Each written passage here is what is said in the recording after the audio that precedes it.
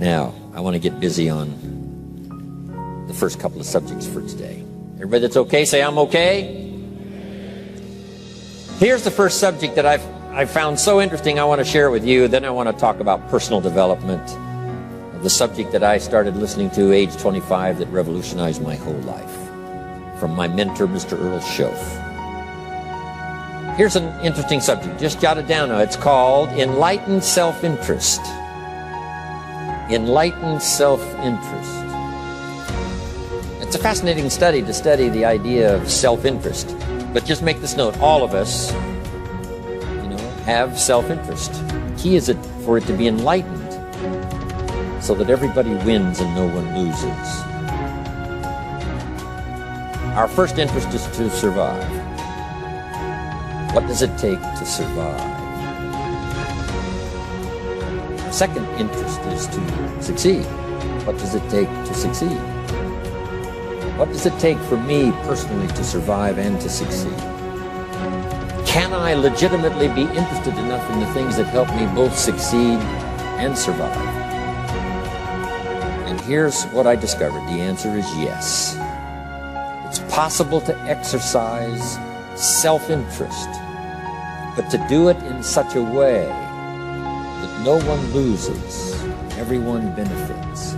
Key phrase. Life was not designed to give us what we need.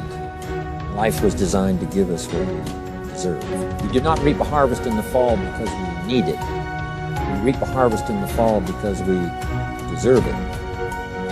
Not necessarily from a moral standpoint. Of course, there are some moral laws as well, spiritual and moral laws. But just the basic laws that simply say if you wish to reap, you must plant.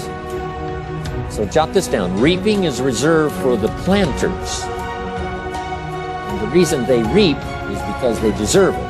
They're the planters. They deserve to reap. Interesting Bible phrase that says, if you keep knocking, you'll find open doors. Good phrase to jot down. If you keep knocking, you'll find open doors. Doors of opportunity. Doors of a chance to meet someone. Doors open for association. Doors open to find someone special. Doors open to find a unique business colleague. If you keep knocking, the phrase says, doors of opportunity are open to those who continually knock. So we don't find open doors of opportunity because we need them. We find them because we deserve them. Only those who knock deserve to find an opening. But the promise is, if you continually knock, you'll find doors of opportunity. It says, if you search, you will find. So make the note, it's good. Finding is reserved for the searchers because they deserve it.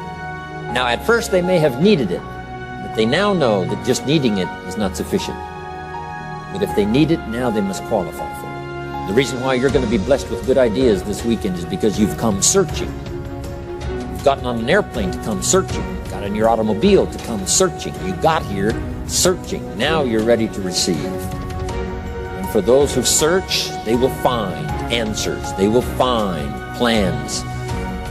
Imagination to stir yourself into action for future benefit. So if you search, to find a good idea, you must go looking and searching. You've got to go to church. You've got to go to class. You've got to go to the seminar. You've got to go to the library. You've got to go to the books if you wish to find. Rarely does a good idea interrupt you. Rarely. But if you will search, you will find. So we get not what we need, but we get what we deserve. It says if you ask, someone has an answer. If you keep asking, the answers belong to you. Because by virtue of asking, you have qualified. So we don't get what we need, we get what we deserve. The mother on welfare should be taught in some small manner that hopefully she can begin deserving the welfare check. Not getting it because she needs it, but now starting to get it because she deserves it.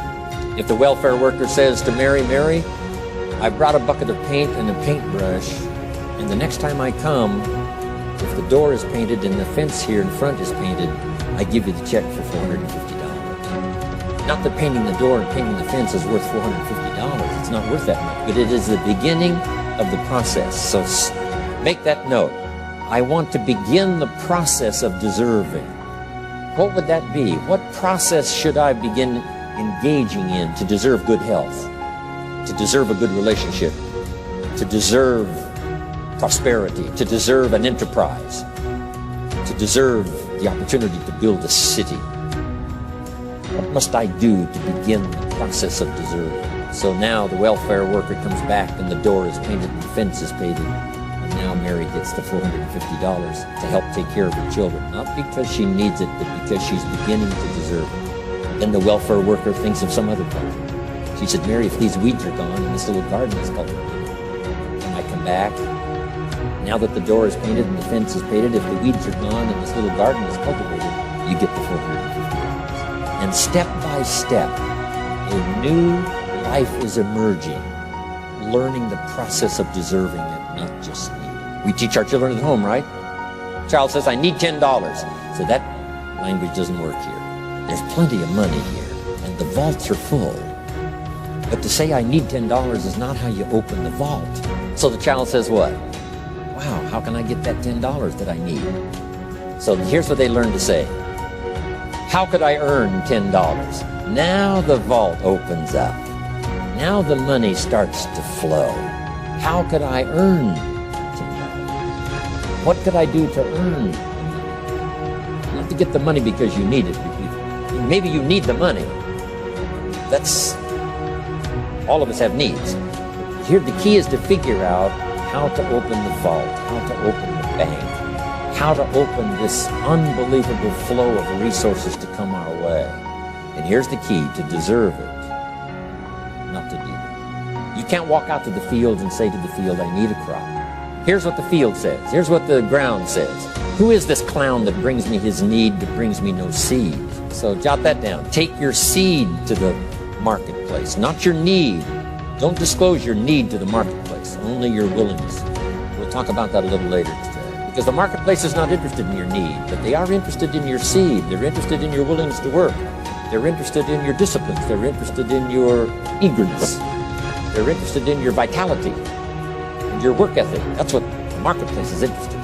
Not your need, but your seed. We get what we deserve. Old Testament God says, if you'll move toward me, I'll move toward you.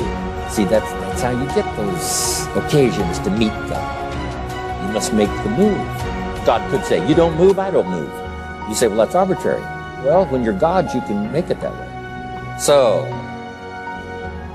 the law says, if you wish to receive. Now let's talk about enlightened self-interest. If you wish to receive. And we would call the wish to receive self-interest. But if it's enlightened self-interest, here's what it says.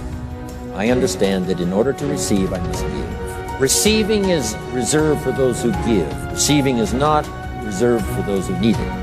It's reserved for those who deserve it. We deserve the receiving by giving. In fact, there's an extraordinary phrase in this little context, and here's what it says. It's better to give than it is to receive.